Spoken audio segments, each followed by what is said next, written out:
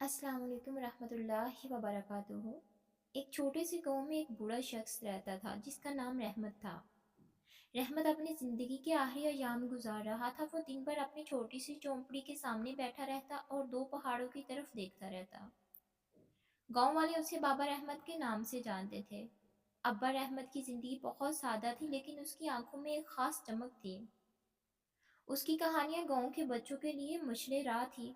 लोग कहते थे कि उसके पास दुनिया की तमाम कहानियां हैं, लेकिन उसकी सबसे पसंदीदा कहानी उसकी जवानी के इश्क की थी। एक दिन वो बच्चों को अपनी पसंदीदा कहानी सुनाने लगा। ये कहानी मेरे इश्क की है। जब मैं जवान था, मैंने एक खूबसूरत लड़की का दिल जीतने की कोशिश की। उसका नाम ज़ैनब था। ज़ैनब की मुस्कुराहट ने मेरे दिल को छू लिया था। हम दोनों एक दूसरे को बेहद पसंद करते थे, लेकिन ज़िंदगी ने हमें अलग कर दिया। एक दिन ज़ैनब बीमारी में मुब्तला होगी। डॉक्टरों ने कहा इसे किसी बेहतर इलाज की ज़रूरत है, लेकिन हमारे पास पैसे नहीं थे। मैंने अपनी सारी जमा पूंजी ज़ैनब के इलाज पर खर्च कर दी, मगर वो उस बीमारी से ना बच सकी। उसकी मौत ने मेरे दिल को तोड़ दिया। बाबा रहमत अपनी कहानी सुनाते सुनाते आंखों में आंसू भर लाया।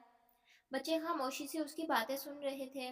मैंने उस दिन के बाद कभी किसी से मोहब्बत नहीं की। मुझे समझ में आया कि ज़िंदगी कितनी नाजुक है और इसमें मोहब्बत की कदर करनी चाहिए। यहाँ तक कि अगर मोहब्बत का खात्मा दुख देता है तो भी उसे दिल से जीना चाहिए। बच्चे उस कहानी को सुनकर बहुत मुतासर हुए और उनकी आंखों में भी चमक आ गई। उन्होंने बाबा रहमत से वादा किया कि वो हमेशा मोहब्बत की कदर करेंगे और उसकी सिखाई हुई बातों को याद रखेंगे।